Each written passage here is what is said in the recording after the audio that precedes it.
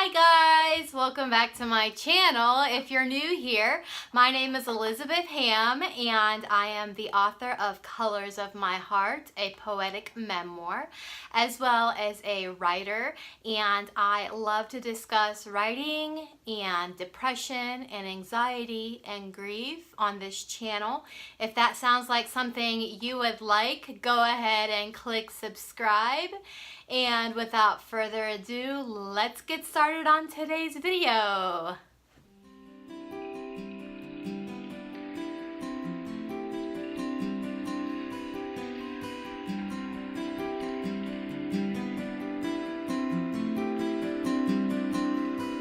Today I thought that I would do a Coffee with Liz segment where I sit and just chat with you about a couple of things that have been on my heart over the last couple of weeks and even months. So I don't have a mug today, I just have a travel thermos or travel cup. Steelers, go Steelers. For today's video, but it is Coffee with Liz. Where do I start? I think that I have brought up on several occasions my anxiety in regards to writing. Well, one thing that I have noticed about myself is that I am, for most of the time, an all or nothing type of person, and I'd rather go out fighting than actually give up. Honestly, I may come to certain forks in the road or come to the end of my rope and say I'm done, and as dramatic as that sounds, I know in the back of my heart or in the back of my mind I'm really not done. Anxiety, it's very hard to describe. If you've not experienced this, then you might have a hard time grasping exactly what it is. But I'd like to describe it as writing a story about yourself that hasn't happened. For instance, take this cup for example. This is just an example if I can try to explain it to you. If I have anxiety that, I'm drinking coffee before bed and it's after 3 o'clock and oh man, maybe I shouldn't be drinking this, but I wanted to film this video. So, I don't know, should I dump the rest of this coffee out? I should have drank tea. What was I thinking? I'm gonna be up till 3 or 4 in the morning. I've got to work in the morning. Work is going to be horrible tomorrow. I'm gonna have a massive headache and the cycle will continue. You see what I just did right there? I began to create a scenario based off of a fear instead of just saying, I probably shouldn't have made this cup and going over to the sink and dumping it out and going and brewing myself a cup of tea. I know that sounds kind of silly, but in regards to writing, that can happen as well. You can begin to write something and say, I have a deadline on March 31st. This first draft is going to be done, and then I'm going to go on to beta readers, and then they need to get that back to me within a month. And you have this whole timeline of events happening. So then you sit down to write on February 1st and you say, I'm going to write such and such words per day. And then you begin writing and everything is going smoothly until you hit that fork in the road and you say, I can't write anymore. This isn't gonna work. I'm not gonna meet my deadline. This story just sucks, man. My beta readers are gonna hate it. They're gonna give me all this feedback that I'm just not gonna be able to handle because I'm so stinking sensitive that you paralyze yourself. Now, have you been there? Because I know that I have, especially when it comes to NaNoWriMo. Oh my goodness, this last NaNoWriMo just took me for a roller coaster ride. And it was just all in my head and I couldn't shake it. I had a lot going on during that time as well. I knew I shouldn't have done it, but I wasn't to be outdone because, you know, I do it every year and there is no way on God's green earth I was going to give that up when I should have. And I spoke in a previous video about listening to your gut and taking care of yourself and knowing when you are nearing burnout. But to be honest, sometimes anxiety just cannot be helped. And that is when you know yourself. Even in everyday life, you know when you need to take a step back. You know when you begin to overthink and then say things and then start putting your foot in your mouth, and then next thing you know, you're at odds with your partner, you're at odds with your kids, your boss, your best friend, your dog. Everyone doesn't want to talk to you because you've said the absolute wrong thing. Well, it's during these times that self-care comes into play, and I'm sure you've heard several authors talk about that. And only you would know if you need what it takes for you to relax as a person. I do come to these forks in the road multiple times. I am now working on my project that I just announced in my last week's video, my secret project, which is nonfiction. And it's my grief story and everything that I went through when my dad passed away unexpectedly in May of 2015. And that is a very big undertaking, to say the least. I was very close to my dad. He was my best friend and confidant and mentor, and I felt like he understood me the most out of everyone. And to be honest, to sit and write this book is very challenging.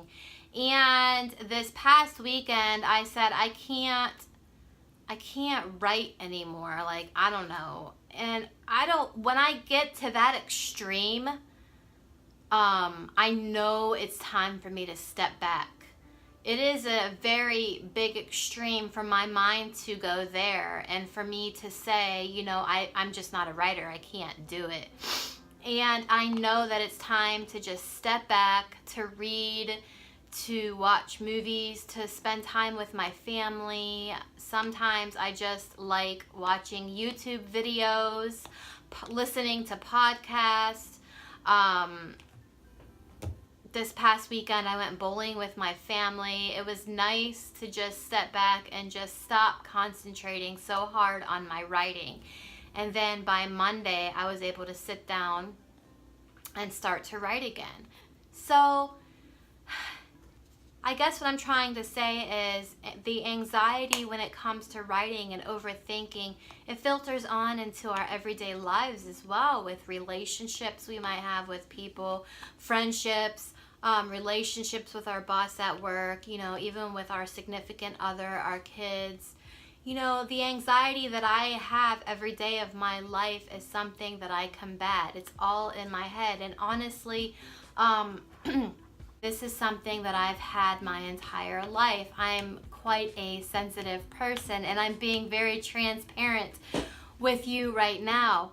But another thing that has been happening in my life as of lately is the getting rid of the toxic relationships in my life, because that filtered down into my own marriage, and it filtered down to me as a mother, as just a woman. It just filtered into everything. And I knew if I did not block these certain people from my life, that I would ultimately destroy myself and also the lives of the people that I care about the most. And I know that sometimes we have friendships in our life that they come and go. And this one particular friendship that I had recently it just got to be super toxic, to where I was like questioning everything I was doing and questioning the core of who I am. And that's just not healthy at all. I know who I am, and I don't need to question whether or not I'm a good person. And I can't say that I was completely perfect on my end either. I didn't handle things correctly, but a lot of gaslighting was going on.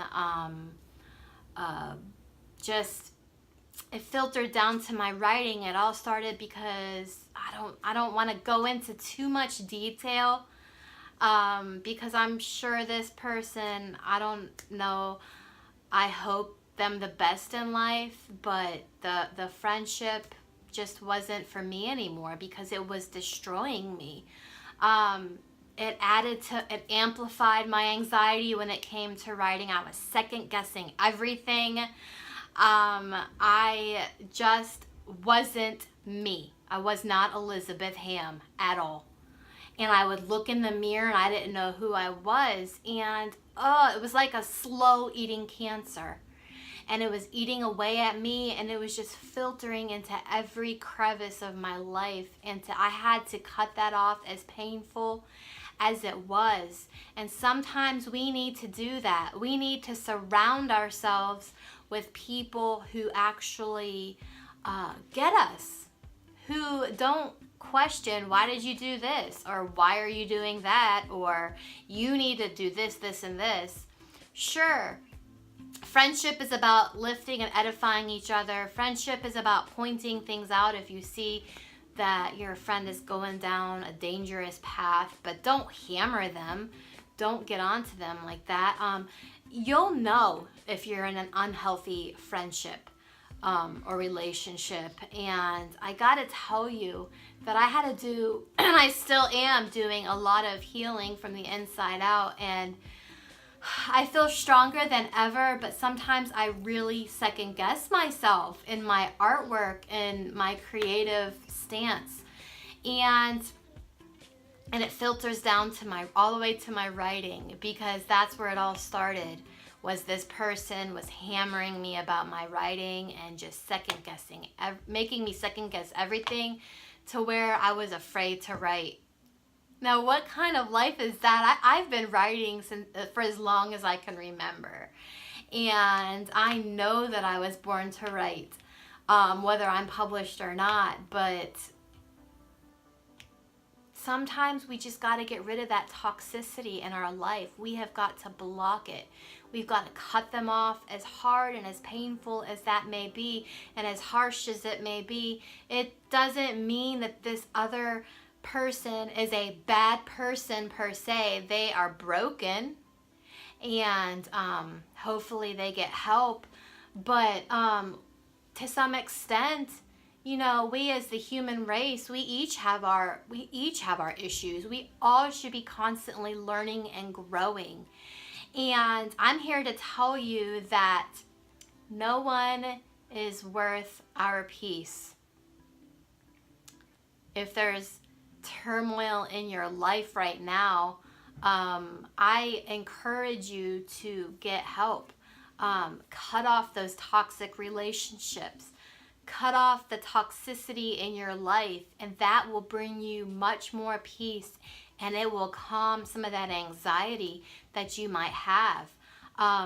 And like I said, whatever filters in one part of your life will eventually spread like a slow eating cancer into the rest of your life.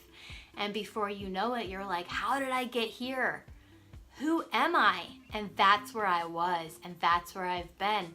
And it's why I'm still healing from all of that. I am healing still from the grief of my father. I'm healing from the toxic relationships that I've had in my life. And I am so incredibly grateful for my husband and my children. I'm so incredibly grateful for the healthy friendships that have come into my life that these people make me want to be better, do better, and be back to the normal Elizabeth, as I was trying to say earlier. So this was a bit of a ramble. It was Coffee with Liz. If you have any, anxieties or struggles in your writing, pop them down in the comments below. I'd love to discuss it with you. If there are any topics that you would like for me to cover, any questions, you can always comment below. I do try to respond to every comment that I receive. And if you like this video, give it a big thumbs up, subscribe to my channel, and like I say each and every week, keep on writing.